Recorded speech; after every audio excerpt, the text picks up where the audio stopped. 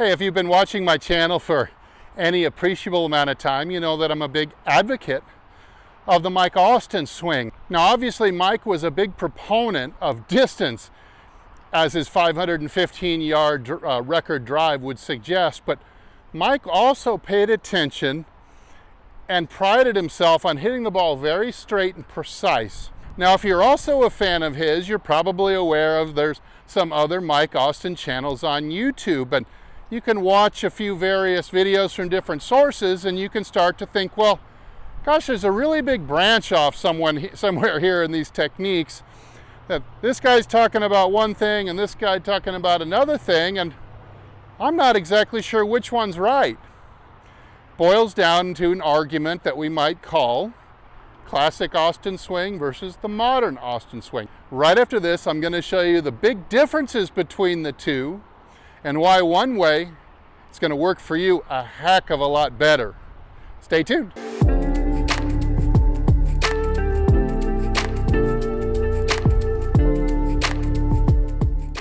Hey, this is Steve with HitItLonger.com. I continue my journey to hit it longer and straighter than ever before. Keep my speed up as I get older and continue just to hit the ball straighter and straighter and straighter, because hitting it like that for 18 holes is just so much fun. Not to have to look for your ball on every hole, right? So if you agree with me, then please join me. Hit the subscribe button right down there. Support the channel by hitting the like button, leaving a comment down below, even if it's just to ask a question. Okay, so we're talking about the differences between the classic Austin swing, in quotes, versus the, quote, modern Austin swing. I think it really boils down to the difference between what Mike Austin actually did when he swung a golf club in his prime, which of course his prime was all the way up until his late 70s, and he had a stroke, and then he only had use of one arm and basically one leg after that. And the modern Austin swing, as a lot of people else out there in YouTube land might show you, is what Mike Austin seemed to be teaching them later in life. They say that's the Holy Grail, but I don't want to swing like that. I want to do it the way Mike Austin did it, to hit it long and straight every time and have such a beautiful, on-plane, powerful golf swing. Let's take a look at three ideas. All right, the first main difference has to do with the pivot. I advocate what Mike did in a golf swing, and we're going to put him right up here on the screen doing this as I'm explaining, and I'm going to show it to you in slow motion. You're going to see, number one, let's take a look at him swinging from down the line back in about 1960 or so, black and white. You're going to see that he maintains, or actually on the backswing slightly increases the butt depth and then maintains it all the way through, just like he shows Mike Dunaway how to do it against the wall in Austinology, and the way he showed me over and over and over again, all the fine details and every muscle involved when I worked with him directly. Increase the butt depth slightly going back, which would mean increasing pressure into this chair, almost enough to lift it, and then maintain that butt line, or even increase the lift going through. Now, this is corroborated by a number of top pros, world-ranked pros from every generation, who also move their pelvises just like this. Check out any of the greats, and you'll see that they pretty much adhered to this rule, as did Austin when he did it. Now, the difference in what the modern Austin people are showing you is they are absolutely, we can get into arguments about this all day, but all the ones you're seeing on these other YouTube channels are all showing you a 4 to 10 pivot, which is not what Mike Austin ever did in his life. Not what he showed me, not what he showed Mike Dunaway. They all do this. They all shift their weight to right field and leave the wall. Dan Schauger shows it. Jacob Bowden shows it. But they're pivoting like this. Enormous difference. We'll talk about the ramifications at the end. Let's go into step number 2 now. Step number 2, though, is related to step 1, is that they advocate for the handle of the club to go out high and right, just like this, high and right. This will pose significant issues, as you'll see in a second. Now, the third difference that you'll see is, because of these first two, they will have to flip the club over. Now, they can argue all they want that they're using whatever release Austin told them to do, but these first two moves will not work unless you flip the club over, just like this. So they're all getting on my case for talking about crossing over the forearms and the follow-through. Meanwhile, every single one of them has to introduce this extremely radical roll of the club face in order to keep it from going 3 fairways over to the right by doing the first two techniques. All right, so again, we'll talk about the ramifications here and why this, quote, modern Austin swing that's being fed to you, you're welcome to go down that garden path if you want. But I assure you, 6 months to 12 months down the line, when you can't find a fairway and you can't hit a green with the 9-iron, you're going to be back and watching this video again for the differences. Because they're moving in this way. Number one, the weight is going towards the instep, so the balls of the feet, meaning that we cannot plant nearly as much ground force to give us speed. So your speed will be diminished. Number two, moving in this direction also discourages the chest from opening up or rotating. Rotation of the chest is what makes the arms get fast. What makes the hands get fast. Another source of speed is out the window. I promise you, you pivot like they tell you to do in this, quote, modern Austin swing, and your speed will drop. Next, let's look at the ramifications of the handle path moving right to go flow with the pivot this way. Now, when you're swinging at it this way, which they say under and out, which is not what under and out is, you're not going to get any leverage from the handle path at all. You won't get any speed from the kick out of the club head like you've seen in some of my water ski boat or water ski wrap around the boat images that I've showed you on my channel.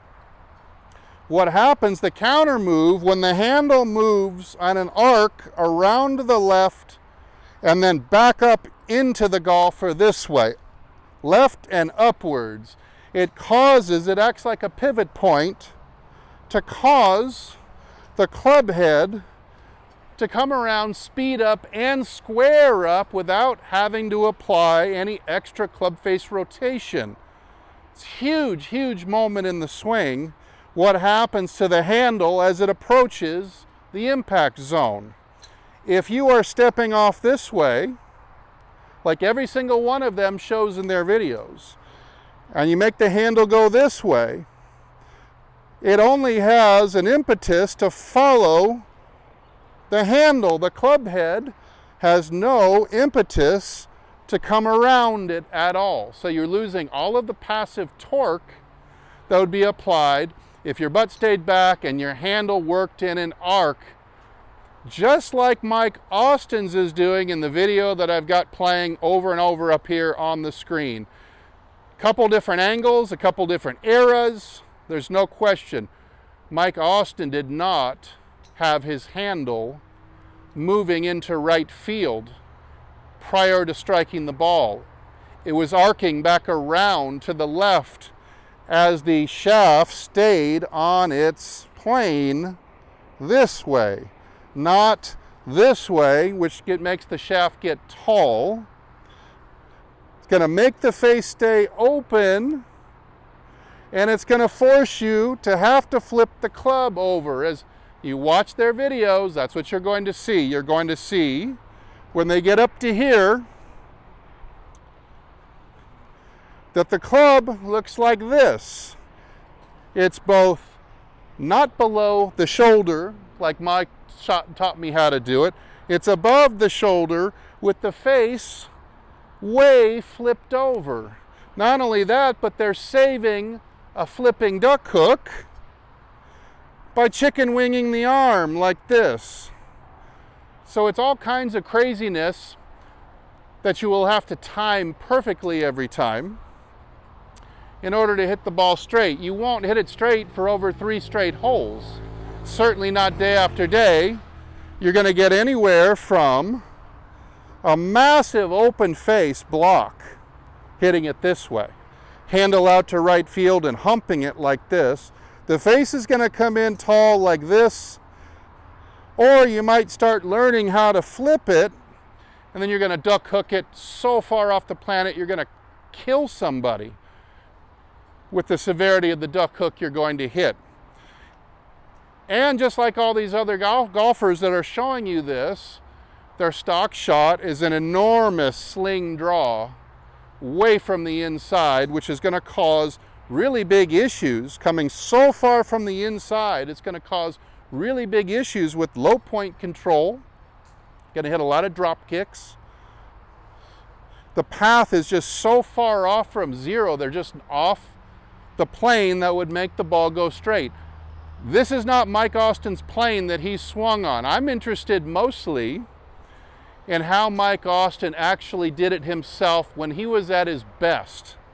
All the footage we have of him, he looks absolutely pure, on plane, powerful. So yes, as the butt stays back, yes, the handle does come out here because the chest turning and the handle coming this way is the only way that that shaft is going to shallow, which Mike Austin shows you quite clearly in all of his videos, is the shaft lays down in combination of its response to the handle moving out, not how they're showing.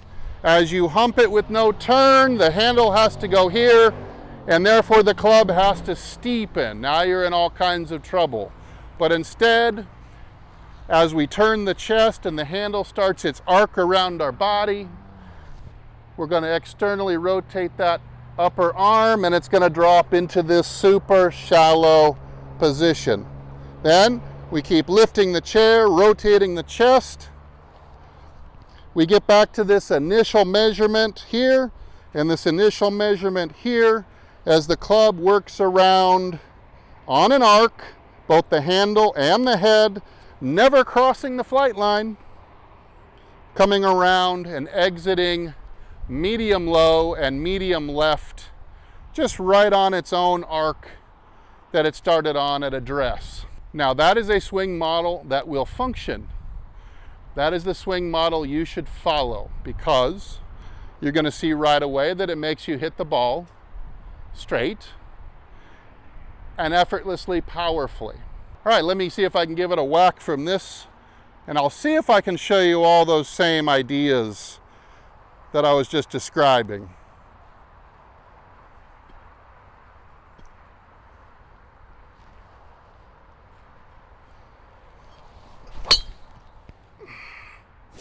Now, well, of course, I'm never going to profess that my swing is as good as Mike Austin's. That's where the journey continues.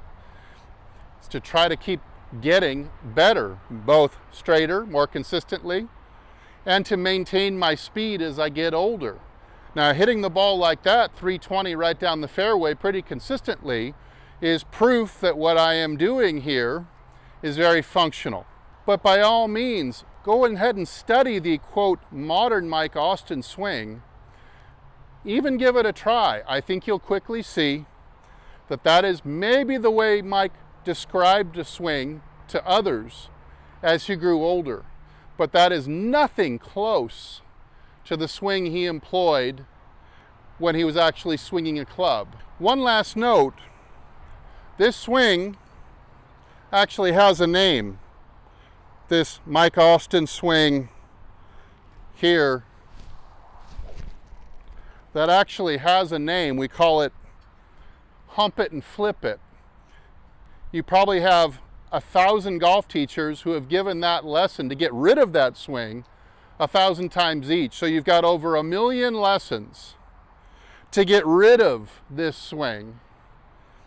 Believe me, somebody would have made that swing work by now on TV. If it really worked, it doesn't. Hey, thanks so much for watching my channel. I really appreciate your support. And I'll either see you in the next video, or I'll see you longer and straighter down the fairway. Everybody take good care.